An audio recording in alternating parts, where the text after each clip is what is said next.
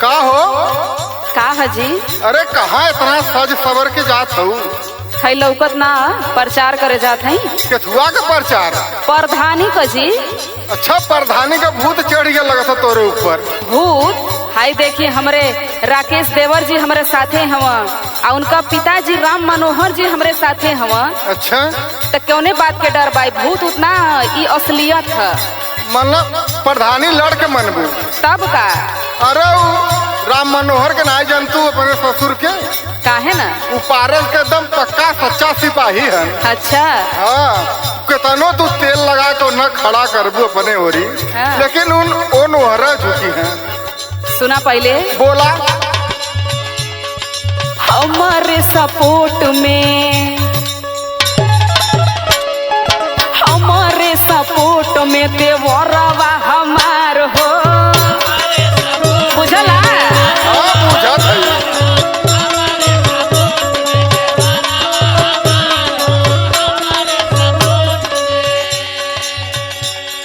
लड़ प्रधानी राजा कर प्रचार हो।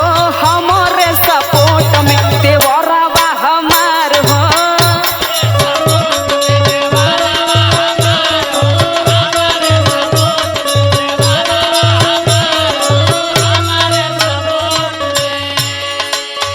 अरे जवन कमा के कुल भेजले बाई और ओके रखले बाऊ, अगर वह कुल लुटा देबू, जब हार जाबू तो सोच के दम बेहोश होके गिर जाबू।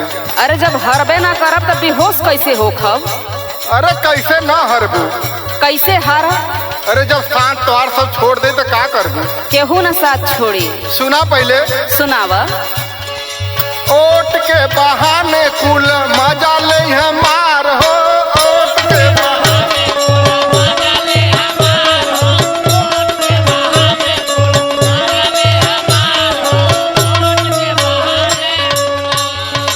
जानलू ना, ये खड़ी दोपहरिया में कुल नारे खोरे नदी एको छोड़ी है न, कुल तुह दौड़ा नहीं है।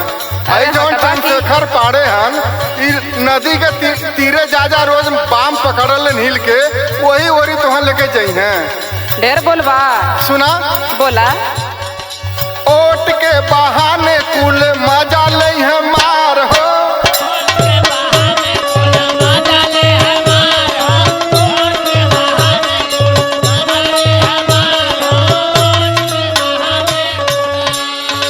गोलुआ के मम्मी प्रधानी जाबुहार हो।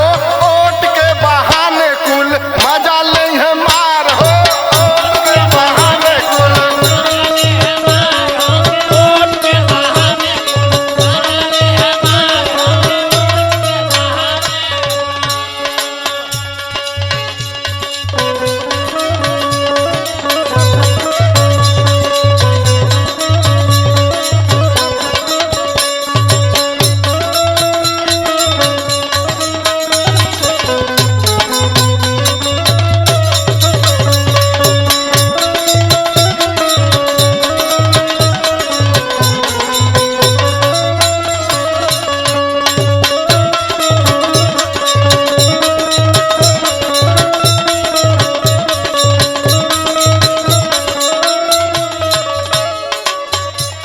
आज के समय में जानत ना है, नई नई तकनीक है। अरे तकनीक है, लेकिन वो सबके बदे थोरो है। ई सब करे बदे है। जे पैसा वाला हो करे बदे है कि 2, 4, 5, 10 लाख उड़ा दे तबो कौनो के हर्जा न पड़ी। सुना पहले। बोला। नवहन के लालच दे के ले हम पटाई।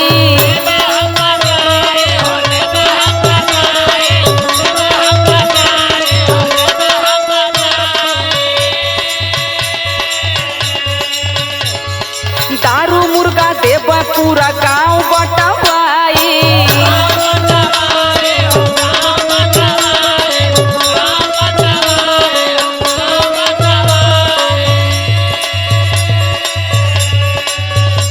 जब इतना कुल खर्चा करब, व्यवस्था करब तो काहे ना लोग मानी हो? अरे तो इज्जत मर्याद खो के प्रधानी लड़बू। ढेर बोला मत। सुना पहले। बोला। नवहन के लालच दे के ले हम पटाई। दारू मुर्गा देव पूरा गांव बटवाई। राजू भर पटेल यही साथ में चमार हो।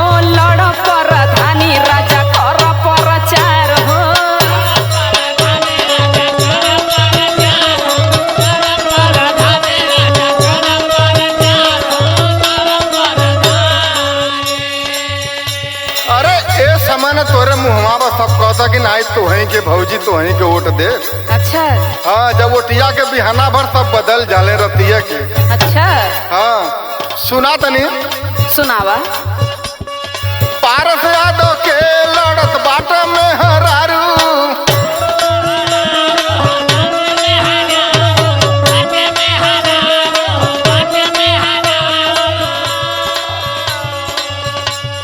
तोहर से काम नहीं बाटी मुर्गा दारू।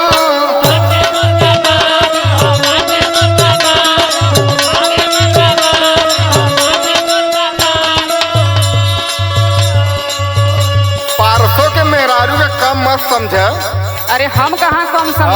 अगली बार का प्रधानी जीतल हन, कुल जुटा के रखले हन। अच्छा सुना बोला।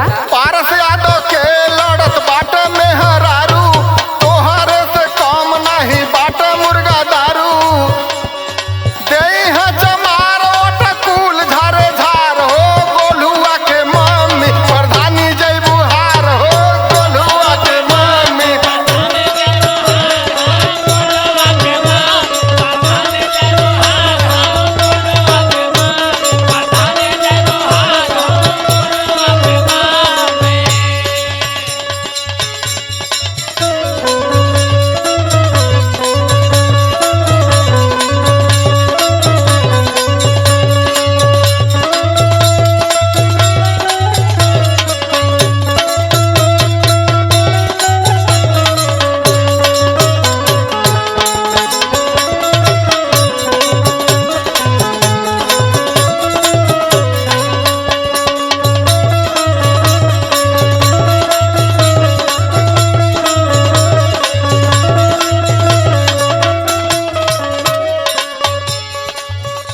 बुझलू का बुझनी तू कह देबा तो हम मान ले। मनबू न खाली एके टोला ना उनके छाड़ के वोट दे।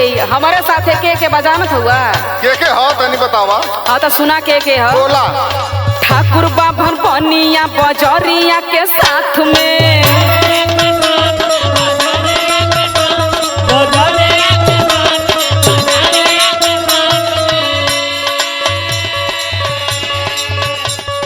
देव पर धनिया अशोक जी के हाथ में।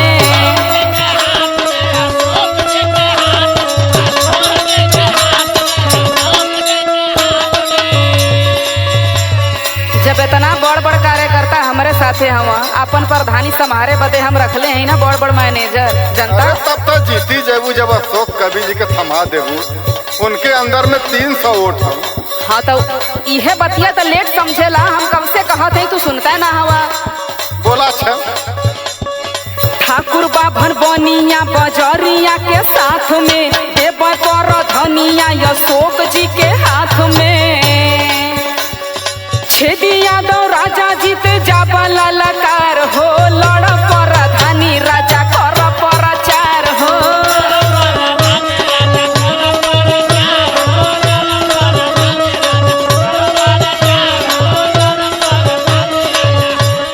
गोलुआ के मम्मी प्रधानी जा बुहार हो, लड़ प्रधानी राजा कर प्रचार हो। गोलुआ के मम्मी प्रधानी जा बुहार हो, लड़ प्रधानी राजा कर प्रचार हो। आई बैठा मत यहाँ जा, पहले दुआरे दुआरे पर नमस्कार प्रणाम का क्या बा। चला ठीक है। हमहू के दौड़ाल नारे खोरे।